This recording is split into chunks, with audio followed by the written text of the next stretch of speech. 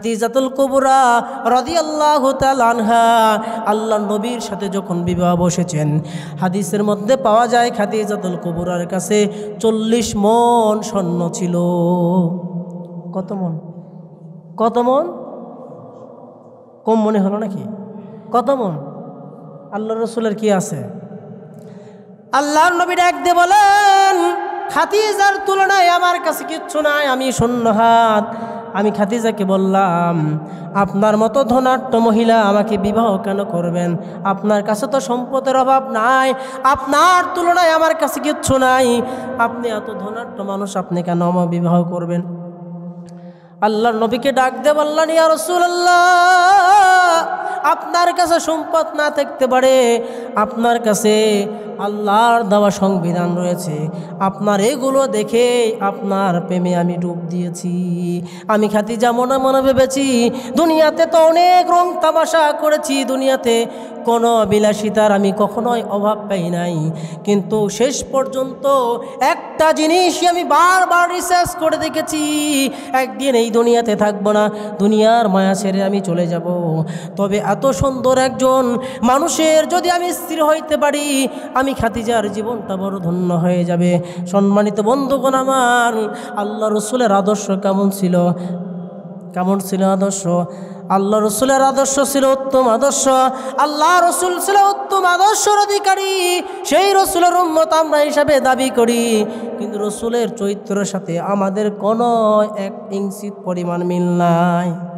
শুধুমাত্র মাথায় টুপি আর জুব্বা পরলেই আল্লাহ নবীর উম্মত হওয়া যায় না। আল্লাহ রসুলের উম্মত হইতে গেলে রসুলের সব কথাগুলো মানতে হবে। সম্মানিত বন্ধুগণ আমার, খাদিজাতুল কুবরা রাদিয়াল্লাহু তাআলা আনহা একজন মহিলা মানুষ হওয়ার পরেও বিশ্বনবী সাল্লাল্লাহু আলাইহি ওয়াসাল্লামের খেদমতে নিযুক্ত হইলেন। সব ধন সম্পদগুলো আল্লাহর রসুলের পায়ের নিচে বিলীন করে দিলেন, আর ডাক দিয়ে বললেন, ইয়া রাসূলুল্লাহ, এই সম্পদগুলো আপনার কাজে ব্যয় করেন, আপনার জিহাদের কাজে ব্যয় করেন, আমি খাদিজার সম্পদ একটুকুও লাগবে না। সম্মানিত বন্ধুগণ আমার, এমন স্ত্রীকে আমাদের সময় পাওয়া যাবে নাকি? মা বাবার কাছ থেকে সব সম্পদ নিয়ে আসে, নিজের যতগুলো সম্পদ আছে সবগুলোই আল্লাহর রাস্তায় দান করে দিবে, এমন পাওয়া যাবে? ও রব্বুল আলামিন, জীবনে মরণে ভয়, কি হবে সেই দিন, হে খোদা, হে খোদা দয়াময়, রব্বুল আলামিন,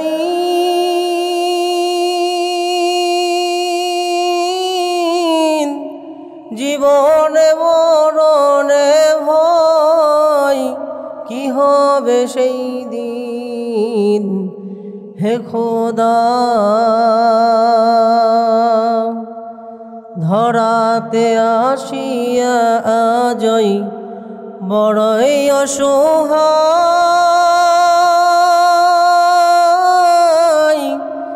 ইহকালের মায়া জালে বন্দি যে সবাই, হে খোদা।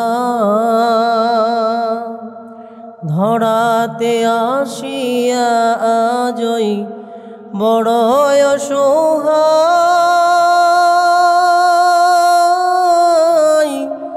ইহকালের মায়া জালে বন্দি যে সবাই, হে খোদা। দাও হেদায়াত গো আল্লাহ, গফুরুর রহিম,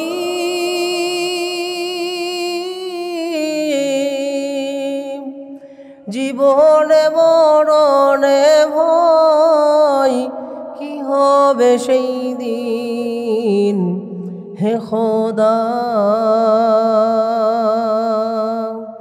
হে খোদা দয়াময়, রব্বুল আলামিন,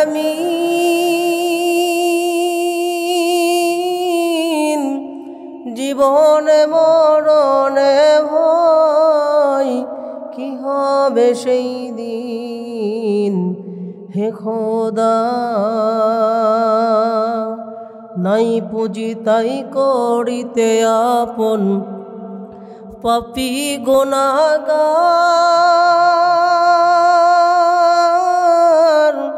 কবর জীবন একা আরো হাসরে আধার নাই পুঁজি তাই করিতে আপন পাপী গুনাহগার কবর জীবন আকারো হাসরে আধার হে খোদা দয়াময় রব্বুল আলামিন জীবনে মরণে ভয় কি হবে সেই দিন হে খোদা। আলহামদুলিল্লাহ, সমস্ত প্রশংসা সেই মহান রব্বুল আলামিনের দরবারে। আল্লাহ তাআলা আমাদেরকে পবিত্র জুমা মুবারকে দুনিয়ার সমস্ত কাজকর্ম ব্যস্ততাকে অন্তর থেকে ছুঁড়ে ফেলে রব্বুল আলামিনের গোলাম হিসাবে জান্নাতের বাগানে আমাদেরকে কবুল করেছেন। এই জন্য আমরা সকলে অন্তঃস্থল থেকে সেই মহান রব্বুল আলামিনের দরবারে কালিমাত শুকর আদায় করছি। আমরা পড়ছি আলহামদুলিল্লাহ। সম্মানিত উপস্থিতি, প্রশংসা করেছি কার? আল্লাহর প্রশংসা করতে ভালো লাগে না খারাপ লাগে? সম্মানিত উপস্থিতি, পবিত্র কোরআনুল কারীমের মধ্য থেকে 29 নম্বর সূরার প্রথম নম্বর সূরা সূরাতুল মুলকের 2 নম্বর আয়াতে কারিমা তেলাওয়াত করেছি। আসলে বলেন তো, আমাদের মৃত্যু আসবে কি আসবে না? এখানে এমন কোনো ব্যক্তি আছেন যে আমরা মারা যাব না? বলতে পারি আমরা? আমাদের মৃত্যু আছে না নাই? কি রাগ করে আছেন নাকি? মৃত্যু আছে না নাই বলেন তো? মৃত্যু আছে? কার কার মৃত্যু নাই? সবার মৃত্যু আছে। আল্লাহ তাআলা বলেন, আজকে আমাদের জুমার প্রথম নাম্বার সবক হচ্ছে, প্রথম নাম্বার টপিকস হচ্ছে কবর আমাদের একটা ওয়েটিং রুম। কবরের নাম কি? Waiting room. কবর হচ্ছে মানুষের জন্য প্রথম ঘাঁটি। এই ঘাঁটিটার নাম কি? প্রথম ঘাঁটি। কিন্তু তাফসীরের মধ্যে পাওয়া যায় কবর হচ্ছে ওয়েটিং রুম। কবর কি? Waiting room. আসলে বলেন তো, সাধারণ দুনিয়াতে আমরা যখন চাকরি নিতে যাই, এইরকম ওয়েটিং একটা রুমের ব্যবস্থা আছে না নাই? আছে? কথা বলেন, আছে? ওয়েটিং রুমের ব্যবস্থা আছে? যে ওয়েটিং রুমে রেখে দেওয়া হয়েছে, যাদেরকে সিলেকশন করা হবে তাদের ওয়েটিং রুমের থেকে ডাকা হবে। আছে না নাই? আছে। আল্লাহ তাআলা বলেন, কবরই হচ্ছে একটা ওয়েটিং রুম। এই রুম থেকে আমি যাচাইকৃত করব কারা যাবে জান্নাতে, কারা যাবে জাহান্নামে। সেক্টর কয়টা?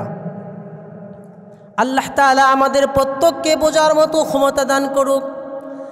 আল্লাহ রব্বুল আলামিন কোরআনের ভাষা জানাই দেন, হে মুসলমান ইমানদার আল্লাহর গোলাম, একটু দিলের কান লাগে বুঝেন। আল্লাহ তাআলা জানাই দেন, আল্লাযী খালাকাল মাউতা ওয়াল হায়াতা লিয়াবলুয়াকুম আইয়ুকুম আহসানু আমালা। আল্লাহ তাআলা জানাই দেন, হে পৃথিবীর মানুষেরা, আমি যে সকল প্রাণীর মধ্যে এই জান দিয়েছি, অর্থাৎ যে সকল প্রাণীরা সব কিছুই করতে পারে, আমি আল্লাহ তাআলা ওদের জন্য কিন্তু মৃত্যুর ব্যবস্থা করে রেখেছি। সম্মানিত উপস্থিতি, বলেন তো, শুধুমাত্র কি আল্লাহ তাআলা পৃথিবীতে আমাকে মানব জাতি হিসাবে ঘোষণা করেছেন, কিন্তু আমাকে একাই কোনো মাখলুক বলেছেন নাকি? আল্লাহ তাআলা জানায় দেন, আমি যাদের ভিতরে জান দিয়েছি, যারাই নড়তে পারে, যারাই সব কিছুই করতে পারে, আমি আল্লাহ তাআলা ওদের জন্য মৃত্যুর ব্যবস্থা করে রেখেছি। ও আল্লাহর গোলাম, নবীর উম্মতের দল, এখন প্রশ্ন আসতে পারে, পশু পাখির হিসাব হবে কি হবে না? আমার ভাইয়েরা, আল্লাহ তাআলা এদেরকেও প্রাণী হিসেবে দুনিয়াতে পাঠিয়েছেন, কিন্তু আশরাফুল মাখলুকাত অর্থাৎ মানুষের খেদমতের জন্য। কার খেদমতের জন্য? এরাও মাখলুকের মধ্যে পড়ে, কিন্তু এদের কোনো হিসাব হবে না। শুধুমাত্র আল্লাহ তাআলা ওই জীবের হিসাব করবেন। আল্লাহ তাআলা বলেন, আমি আমার জান্নাতকে সুন্দর করে সাজিয়েছি আমার পেয়ারা বান্দাদের জন্য। আমি আমার জান্নাতকে সুন্দর করে সব কিছু দিয়ে পরিপূর্ণতা করে রেখেছি। শুধুমাত্র দুনিয়াতে আমার গোলাম হিসাবে যারা পরিচয় দিবেন, ও আল্লাহর গোলাম নবীর উম্মতের দল, একটু দিলের কান লাগা বুঝবেন। এখন আমাদের মহল্লার একটা নেতার পিছনে যদি আমরা ঘুরি, এই নেতা যখন ক্ষমতায় থাকবে আমাদের সার আছে না নাই? আছে না নাই? আমি আমার রসুলকে দুনিয়াতে পাঠাইছেন, ওমা আরসালনাকা ইল্লা রাহমাতুল লিল আলামিন। আমার রসুলকে আমি দুনিয়াতে পাঠাইছি শুধুমাত্র মানুষের রহমত, নাজাত আর মানুষের মঙ্গলের জন্য। আমার ভাইরা, আল্লাহ তাআলা বলেন, আল্লাযী খলাকাল মাউতা, হে পৃথিবীর মানুষেরা, তোমরা কি মৃত্যুবরণ করবে না?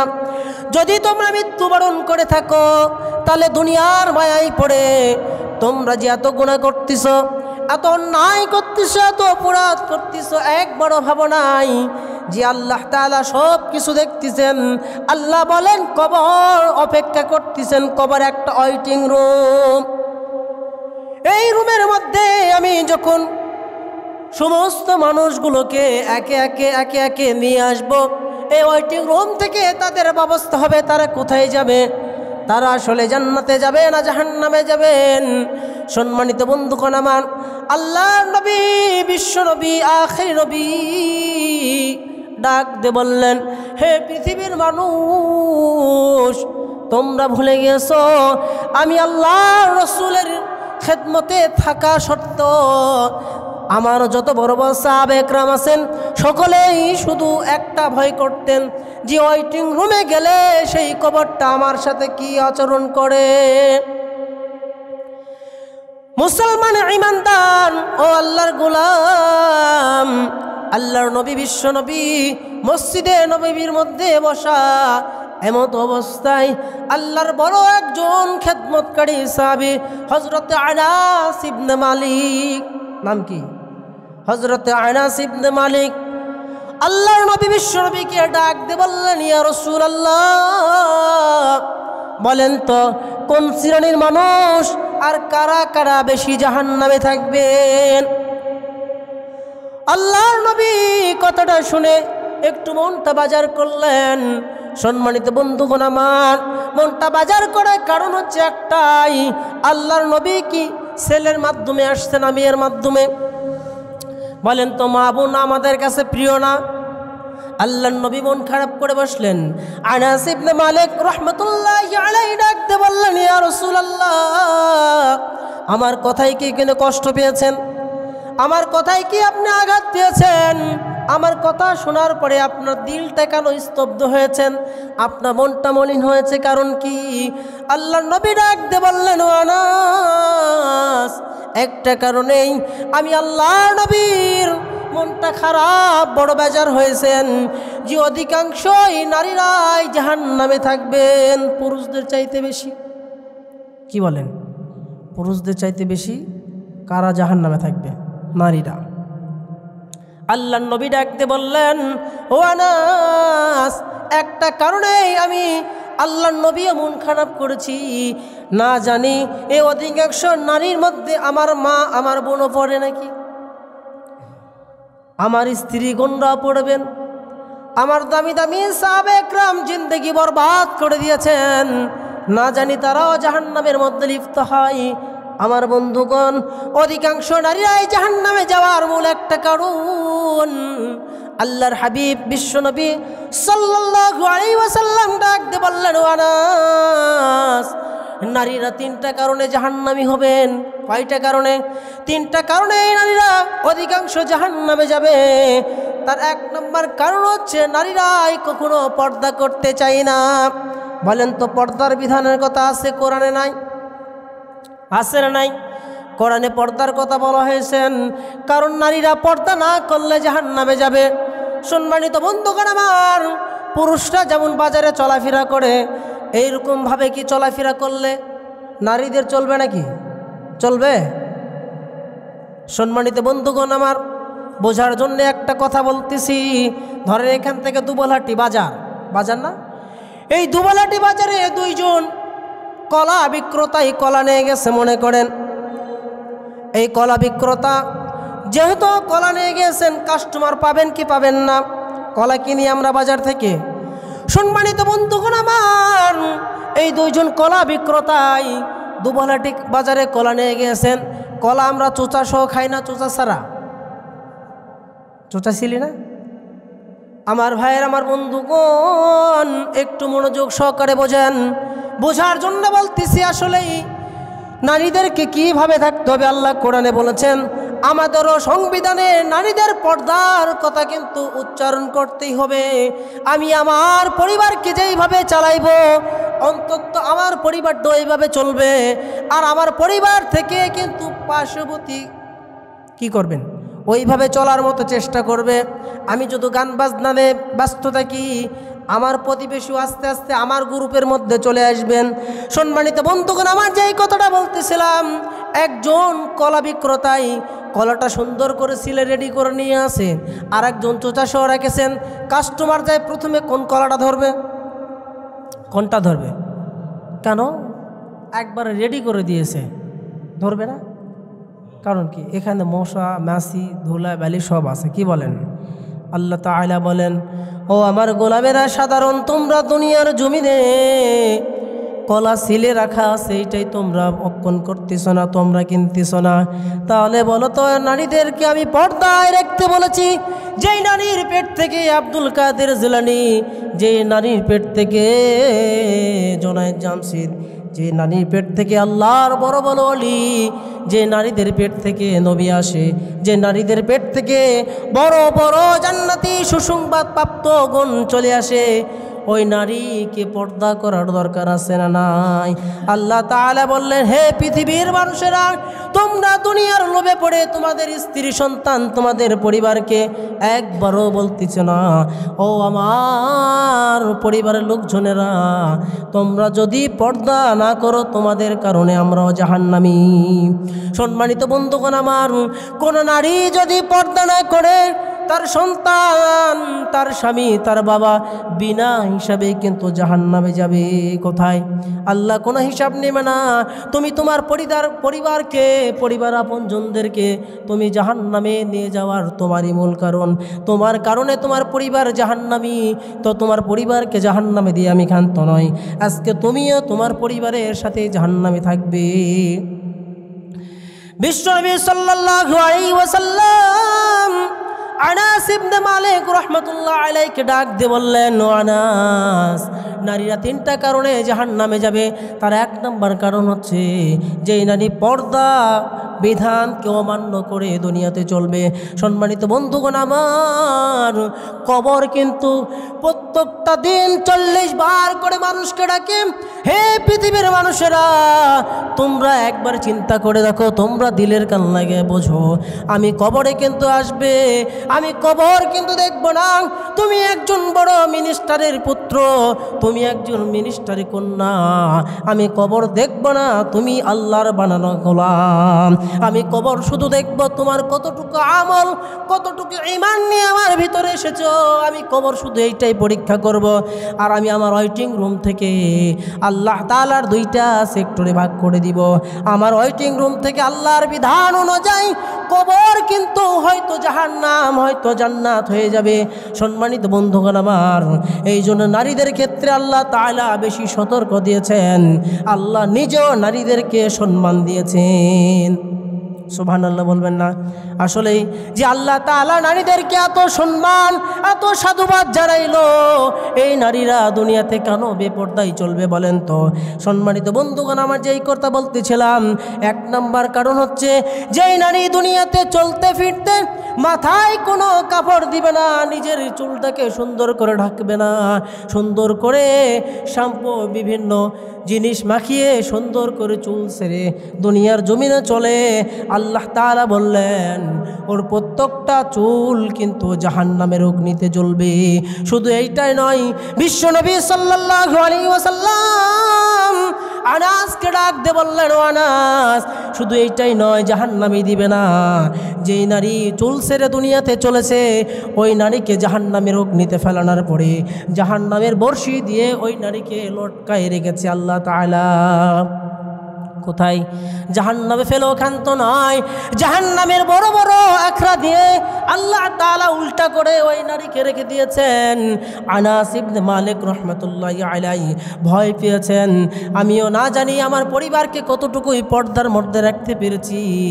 সম্মানিত বন্ধুগণ আমার, আল্লাহর নবী ডাক দিয়ে বললেন, দ্বিতীয় নম্বরে যেই কারণে নারীরা বেশি জাহান্নামের মধ্যে জ্বলবে, দ্বিতীয় নাম্বার হচ্ছে নারীরা পর্দা করেছে ঠিকই, দুনিয়াতে কাপড় পরেছে ঠিকই, একদম পাতলা কাপড় পরেছে, যেই কাপড়ে নারীর সুন্দর চেহারাটা ঢাকা মলিন করা হয় নাই, যেই কারণে এই পোশাক দ্বারাই ইসলামের বিধান কখনো আসে নাই, যেই কারণেই এই পাতলা পোশাক পরার কারণে যুবকদের চোখের গোনা হয়েছে, যেই কারণে সমস্ত মাখলুকের গোনা হয়েছে।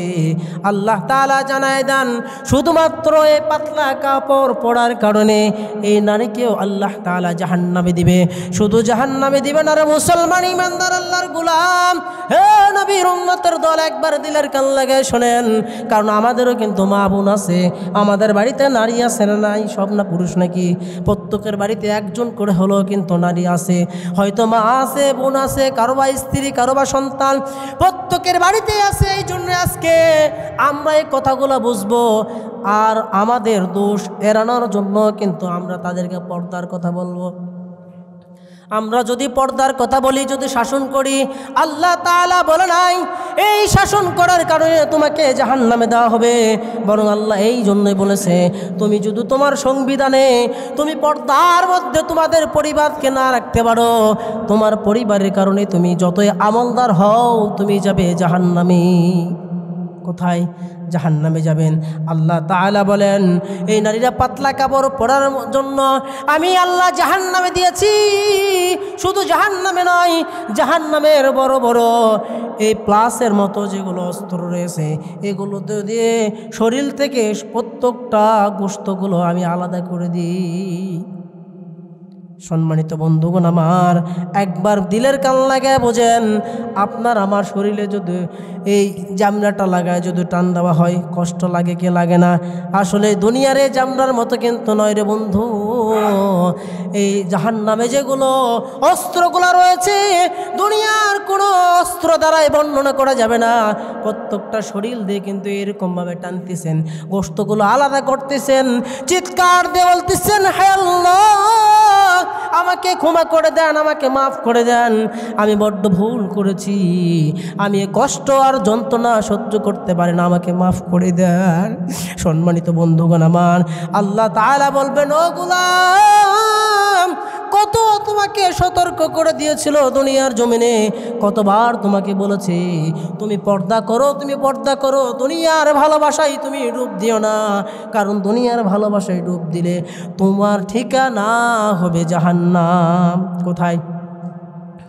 আমরা যদি নোংরা পানিতে গোসল করি, আমরা পবিত্র হব নাকি?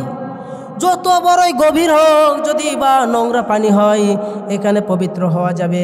আল্লাহ বলছে, দুনিয়াতে তুমি যতই কালেমা পড়ো, যতই জিকির করো, তোমার ফরজ বিধানগুলো যদি তুমি অমান্য করো, তোমার এই জিকির আর কালেমায় তোমাকে রক্ষা করতে পারবে না। ওরে মুসলমান ইমানদার আল্লাহর গোলাম, ও নবীর উম্মতের দল, একবার ভেবে দেখেন, এই রাইটিং রুম থেকে আমার জান্নাত অথবা জাহান্নামের ফায়সালা হচ্ছেন, সে জায়গা থেকে কেন আমরা এখনো আল্লাহর প্রেমে ডুব দিতেছি না? মালিক রহমাতুল্লাহি আলাইহি কথাগুলো শোনার পরে এত জোরে জোরে কান্না শুরু করেছেন। আল্লাহর রসুল বলেন, আনাস তুমি কান্না করো কেন? আল্লাহর রসুলকে বললেন, ইয়া রাসূলুল্লাহ, আমার পরিবারের মধ্যেও তো এরকম অনেকেই রয়েছে, আমার মা রয়েছেন, আমার স্ত্রী রয়েছেন, আমার বোন রয়েছে, আমি কখনো তো বলি নাই যে তোমরা পর্দা করো, সুন্দরভাবে দুনিয়াতে পর্দার মধ্যে থাকো। আল্লাহর নবী, বিশ্ব নবী, আখির নবী ডাক দিয়ে বললেন, ও আনাস, আজকে তোমাকে আমি একটা এমন কথা বলবো, যে কথা বলার কারণেই তোমার পরিবারের লোকজন পর্দা না করলেও কিন্তু পর্দার মধ্যে চলে আসবে। আনাস ইবনে মালিক রাহমাতুল্লাহি আলাইহি আল্লাহ নবী বিশ্ব নবী রাখতে বললেন, ও আনাস, তুমি তো জানো আমার স্ত্রী খাদিজাতুল কুবরা রাদিয়াল্লাহু তাআলা আনহা এত ধনাঢ্য মানুষ ছিলেন। এই খাদিজাতুল কুবরা রাদিয়াল্লাহু তাআলা আনহা আমাকে শুধুমাত্র আমার আদর্শ আর আমার চলাফেরা, আমার আদব আখলাক দেখে খাদিজাতুল কুবরা রাদিয়াল্লাহু তাআলা আনহা সমস্ত ধন সম্পদকে ছুঁড়ে ফেলে আমি আল্লাহর নবীর সাথে কিন্তু বিবাহ বসেছেন। ওই রাজ্যের কিন্তু খাদিজাতুল কুবরা রাদিয়াল্লাহু তাআলা আনহার মতো একজনও ধনী ব্যক্তি ছিল না, একজনও ছিল না রে বন্ধু। হাদিসের মধ্যে পাওয়া যায় খাদিজাতুল কুবরা রাদিয়াল্লাহু তাআলা আনহা আল্লাহর নবীর সাথে যখন বিবাহ বসেছেন, হাদিসের মধ্যে পাওয়া যায় খাদিজাতুল কুবরার কাছে 40 মণ স্বর্ণ ছিল। কত মণ? কত মণ? কম মনে হলো নাকি? কত মণ? আল্লাহ রসুলের কি আছে? আল্লাহর নবী ডাক দিয়ে বলেন, খাদিজার তুলনায় আমার কাছে কিচ্ছু নাই, আমি শূন্য হাত।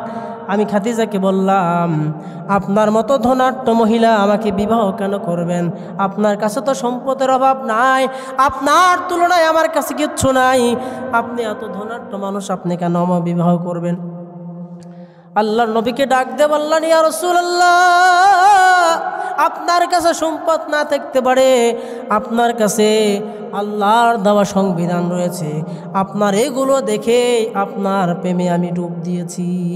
আমি খাদিজা মনে মনে ভেবেছি, দুনিয়াতে তো অনেক রং তামাশা করেছি, দুনিয়াতে কোনো বিলাসিতার আমি কখনোই অভাব পাই নাই, কিন্তু শেষ পর্যন্ত একটা জিনিসই আমি বারবার রিসার্চ করে দেখেছি, একদিন এই দুনিয়াতে থাকবো না, দুনিয়ার মায়া ছেড়ে আমি চলে যাব।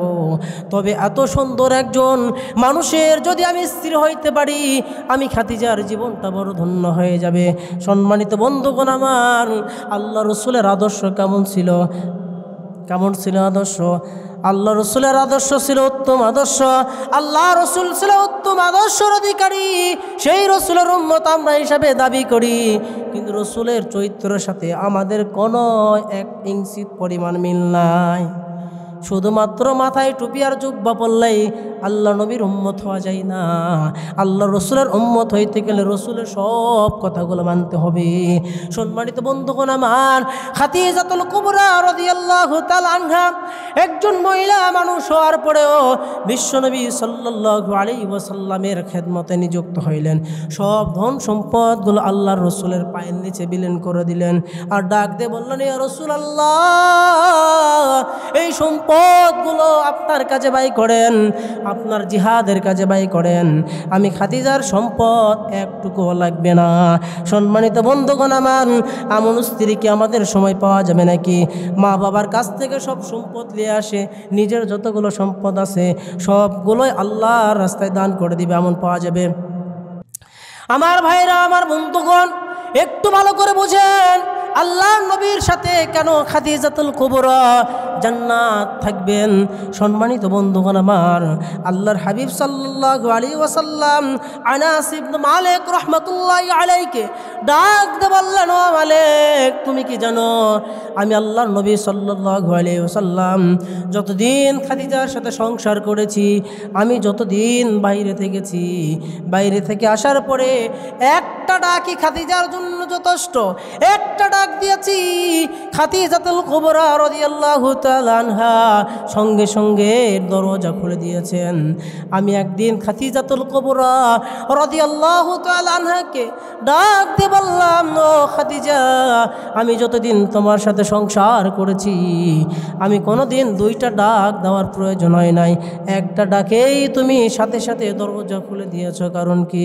আল্লাহর নবী সাল্লাল্লাহু আলাইহি ওয়াসাল্লাম লক্ষ্য করে দেখলেন খাদিজাতুল কুবরা রাদিয়াল্লাহু তাআলা আনহা এত ধনাঢ্য মহিলা ছিলেন, ওই ধনাঢ্য মহিলার পরনে এমন একটা ছেঁড়া এমন একটা ছেঁড়া কাপড় আছে, বিশ্বনবী সাল্লাল্লাহু আলাইহি ওয়াসাল্লাম দেখলেন এইটা পরার কোনো উপযুক্ত নয়। এমন অবস্থা সেই কাপড়ের, সব জায়গায় তালি দিতে দিতে তালি দেওয়ার আর ব্যবস্থা নাই। আমাদের সংসারে যেমন এমন হালত হয়, এত দূর পর্যন্ত প্রয়োজন নাই, তার আগে আমাদের স্ত্রী বলবে তোর সংসারে থাকা যাবে না, এত অভাব মেনে নেওয়া যাবে না। সম্মানিত বন্ধুগণ আমার, আনাস ইবনে মালিক রাহমাতুল্লাহি আলাইহিকে ডাক দিয়ে বললেন, আমি খাদিজার পোশাকের দিকে লক্ষ্য করলাম, খাদিজাকে ডাক দিয়ে বললাম, ও পানের বিবি, আপনি এত ধন সম্পদের ব্যক্তি থাকা সত্ত্বেও আজকে আপনার এই করুণ অবস্থা, আপনি আমার সংসারে এত অভাব অনটনে আছেন। খাদিজাতুল কুবরা রাদিয়াল্লাহু তাআলা আনহা ডাক দিয়ে বললেন, ইয়া রাসূলুল্লাহ, আপনার সংসারে আমি আসে একটা জিনিস ভালো পেয়েছি, আমি কখনোই আপনার সংসারে আসে আল্লাহর ইবাদত ত্যাগ করে থাকতে পারি নাই। আল্লাহর ইবাদত আমাকে ডাকে ডেকে বলেন, ও খাদিজা, আপনি না বিশ্ব নবীর স্ত্রী, আপনি আখের নবীর স্ত্রী, আপনার যা থাকে সেইটাই দুনিয়াতে ফেলে রাখেন, আপনি আমল করেন, কবরে যাই আপনি শান্তি পাবেন। আল্লাহ নবী বিশ্ব নবী ডাক দিয়ে বললেন, ও খাদিজা, আমি তো তোমার জন্য কোনো কিছুই করতে পারি নাই, তবে তোমার কি আশা, আমি আল্লাহ রসুলের কাছে একটু আর্জি করেন। আল্লাহ নবী ডাক দিয়ে বললেন, ইয়া রাসূলুল্লাহ, আমি খাদিজা যখন ইন্তিকাল করব, ইয়া রাসূলুল্লাহ, আপনি গভীর রাত্রে আমি খাদিজাতুল কুবরার জানাজা করে মাটি দিয়ে দিবেন। কি করবেন? বিশ্বনবী সাল্লাল্লাহু আলাইহি ওয়াসাল্লামকে বললেন, ইয়া রাসূলুল্লাহ, আমি যখন ইন্তিকাল করব, রাতের আধারে আমি খাদিজাকে আপনি দাফন করে দিবেন, আর আপনার পরনে যেই জুব্বা মোবারক আছে এই জুব্বাটা দিয়ে আমাকে দাফন করবেন।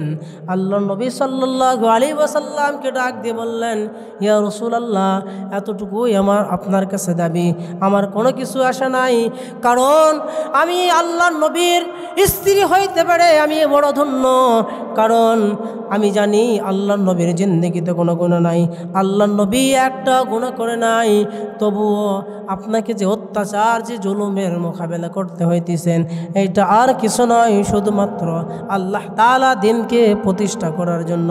ও মুসলমান ঈমানদার, এইটা বলার একটাই উদ্দেশ্য, আমাদের কবরে যেই প্রথম ঘাঁটি, যে ওয়েটিং রুম, এই রুমে আমাদেরকে প্রত্যেকে যাওয়া লাগবে, লাগবে কি লাগবে না? কবর ছাড়া কোনো মানুষ থাকতে পারবে? হাদিসের মধ্যে আসে, কোনো মানুষ যদি সাগরে ডুবে যায়, সাগরের মধ্যে ডুবে গিয়েছেন, কোনো মানুষ যদি অগ্নিকাণ্ড লেগে যদি ঝলসে যায়, ওই মানুষের অস্তিত্ব খুঁজে পাওয়া যায় না? যায় কি যায়? যায়। আগুনের মধ্যে, অগ্নির মধ্যে ওই মানুষটা ঝলসে গেছে, মানুষের কোনো অস্তিত্ব নাই, কি দিয়ে মানুষ দাফন করবে? সাগরের মধ্যে ডুবেছে, ওই মানুষকেও খুঁজে পাওয়া যায় না। আল্লাহ তাআলা ডাক দিয়ে বললেন, ও গোলামেরা, সেই কবর ওয়েটিংয়ের রুমে ওই মানুষগুলোকে কিন্তু আনা হবে, ওই মানুষগুলোকে ওই কবরের মধ্যে আনা হবে, কবর থেকে আমি জান্নাত আর জাহান্নামের ব্যবস্থা করব। তাহলে সম্মানিত বন্ধুগণ আমার, মানুষের অস্তিত্ব খুঁজে পাই নাই, মানুষকে আমরা দাফন করি নাই, ওই মানুষকেও যদি আল্লাহ কবরে নিয়ে আসে, আর আমাদেরকে তো সরাসরি কবরে রাখা হইতেছে, ওই মানুষের যেই হিসাব হবে, যেই গুনাহগুলো করেছে সেই হিসাব হবে। আপনার আমার জিন্দেগিতে আমরা যেই গুনাহগুলো করেছি ওই পরিমাণে হিসাব হবে। একজন জাররা পরিমাণ হিসাব না দিয়ে ওই মানুষের কোনো ফায়সালা হবে না। আজকে আপনার আমার জিন্দেগি থেকে কত আমল, কত ইবাদত এই দুনিয়ার মাঝ থেকে চলেছেন, একমাত্র আপনি আর আমি হিসাব করলে কিন্তু পেয়ে যাব। কতগুলো মিথ্যা বলেছি, কত অন্যায় করেছি, কত অপরাধ করেছি, কত ওয়াক্ত নামাজ চলে গেছে। সম্মানিত বন্ধুগণ আমার, একমাত্র কেবলমাত্র আপনাকে আমাকে নামাজি ফায়সা কাজ থেকে, অন্যায় কাজ থেকে বিরত রাখতে পারবে। এই নামাজ তারা আপনাকে আমাকে কবরের জিন্দেগি থেকে কেউ রক্ষা করতে পারবে না। সম্মানিত বন্ধুগণ আমার, কবর বলতেছেন কেমন করে মুসলমানদের ফায়সালা হবে, কেমন করে ঈমানদারদের ফায়সালা হবে? একমাত্র যারা হবে জান্নাতি। কবর বলেন, আমি এমন সুঘ্রাণ দিব, এমন সুঘ্রাণ দিব। কবর বলছেন এমন সুঘ্রাণ জিবরাইল আলাইহিস সালাতু ওয়াস সালামের মাধ্যমে আল্লাহ তাআলা সুন্দর জান্নাতের মধ্যে থেকে একটা সুঘ্রাণমূলক একটা রুমাল নিয়ে আসবে। রুমাল আনার পরে এই সুঘ্রাণটা ছড়াইবেন। এই ইমানদারের মৃত্যু কত সুন্দর মৃত্যু হবে। এই ইমানদারকে সুন্দরভাবে নাকের কাছে নেওয়া হবে। ইমানদারের নাক বরাবর যখন নেওয়া হবে, এই ইমানদারের মৃত্যু হয়েছেন, কবর বলেন, আমি প্রত্যেকটা কবর জগতের মানুষদেরকে সুসংবাদ জানাই, আজকে আমি ধন্য, কবরে মাটি বড় ধন্য।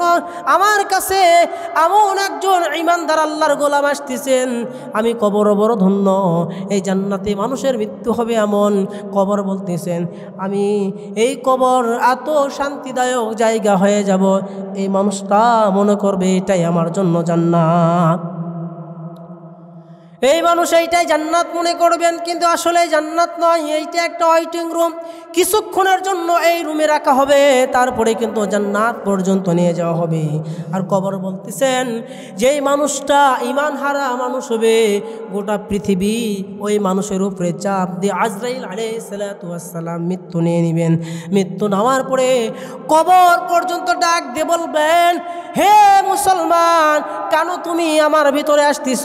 তুমি আমাকে আমার ভিতরে আসো না, আমি এমন তোমাকে কষ্ট দিব, এমন আমার শাস্তি দিব, আমার শাস্তি তুমি কিন্তু সহ্য করতে পারবে না। তুমি ঈমান হারা হয়ে আমার কাছে কেন আসলে? কবরে রাখার মাত্রই আমরা যখন কবর থেকে 40 কদম পিছনে চলে আসব, কবর কিন্তু শাস্তি দেওয়া শুরু করবে। সম্মানিত বন্ধুগণ আমার, এত পরিমাণে চাপ দিতে দেখবেন, এত পরিমাণে চাপ দিবে, যেই চাপটা সহ্য করার মতো আমাদের ক্ষমতা থাকবে না। চাপের মাধ্যমে ডান দিকের হাড্ডিগুলো বাম দিকে ঢুকে যাবে, বাম দিকের হাড্ডিগুলো ডান দিকে ঢুকে যাবে, আর পুরো চিৎকার দিয়ে বলবেন, হায় আল্লাহ আমারে বাঁচান। আর কোনো বাঁচার রাস্তা থাকবে না, কারণ বাঁচার রাস্তা আগে শেষ করে রেখে এসেছি। দুনিয়াতে 60-70 বছর জিন্দেগি পেয়েছিলাম, এই জিন্দেগিতে কখনোই ভাবি নাই একটা ভালো কাজ করি। শুধুমাত্র জুমার নামাজ পড়লেই সার পাওয়া যাবে না, এই জুমা আসতে 1 সপ্তাহ দেরি আছে। প্রত্যেক দিন আপনার আমার কাছ থেকে 5 ওয়াক্ত নামাজ চলে যায়। কয় ওয়াক্ত? 5 ওয়াক্ত নামাজ চলে যায়। সম্মানিত বন্ধুগণ আমার, প্রত্যেকটা মাসেই 150 ওয়াক্ত নামাজ আসে। কত ওয়াক্ত? 150 ওয়াক্ত নামাজ আসে প্রত্যেকটা মাসেই। কত ওয়াক্ত নামাজ পড়েছি? এখন আমরা যদি মিলাই দেখা যাবে কোনো মানুষের হয়তো পুরো মাসে 2 দিন, কোনো মানুষের 1 দিন। এখনও এমনও মানুষ আছে একদিনও নামাজ পড়ার ইচ্ছা করে না। সম্মানিত বন্ধুগণ আমার, বলেন তো এই নামাজটা কার বিধান? নামাজটা কার বিধান? আল্লাহর বিধান। আপনার আমার সংবিধান তো ভালোই চালাইতেছি। আমরা যদি মনে করি আজকে সবজি খাওয়াবো, সবজি দিতেছি, আর যদি মনে করি আজকে ঘুষ খাওয়াবো, ঘুষ দিতেছি। আর আল্লাহর বিধান যেটা সংবিধান, আল্লাহ যে রিজিক দাতা, আল্লাহ যে হায়াত দাতা, আল্লাহ যে মৌত দাতা, আল্লাহ যে মৃত্যু দাতা, এই আল্লাহর সংবিধান আমরা এখনো আমাদের জীবনে কেন বাস্তবায়ন করতেছি না? সম্মানিত বন্ধুগণ আমার, দিন থাকতে দিনকে কদর করা শিখেন, সময় থাকতে সময়কে মূল্যায়ন দেওয়া শিখেন, আপনার আমার জিন্দেগি বড় ধন্য হয়ে যাবে। আর খাদিজাতুল কুবরা এইটাই বলার কারণ, আল্লাহর নবী যদি এই খাদিজার কবরে একবার স্পর্শ করে, কবর তো ভালো করে জানে যে আল্লাহর নবীর এইটা সুন্দর একটা পদধূলি এই কবরে আছে। বলেন তো খাদিজা জাহান্নামী হইলেও এই কবরে কখনো আযাব হবে নাকি? আল্লাহর নবী যেই রাস্তাতে যাবে, ওই রাস্তা কিন্তু বড় শুকরান হয়ে যায়, ওই রাস্তা জান্নাতি রাস্তা হয়ে যায়। সেই নবীর উম্মত আমরা, নবীজিকে ভালোবাসতে গেলে সম্মানিত বন্ধুগণ আমার, শর্ত হচ্ছে একটাই, আমরা যদি নবীজির আদর্শ অনুযায়ী দুনিয়াতে চলতে পারি। নবীজি বলেছেন, আমার আদর্শ যারা আদর্শিত হবে কিয়ামতের ময়দানে, আমি ওই উম্মতের সুপারিশ না করে আল্লাহর নবী জান্নাতে যাব না। আমরা জান্নাত পাইতে গেলে কি করা লাগবে? আল্লাহর সংবিধান চালু করতে হবে। সম্মানিত বন্ধুগণ আমার, শুধু জুমার নামাজ পড়ে ক্ষান্ত নয়, প্রত্যেক দিন 5 ওয়াক্ত নামাজে আমাদেরকে আল্লাহর হুকুম অনুযায়ী আদায় করতে হবে। সম্মানিত বন্ধুগণ আমার, এই জন্যই আল্লাহ তাআলা আমাদের সকলকে 5 ওয়াক্ত নামাজ পড়ার মতো তৌফিক দান করো। আমরা সকলে পড়ছি আমিন।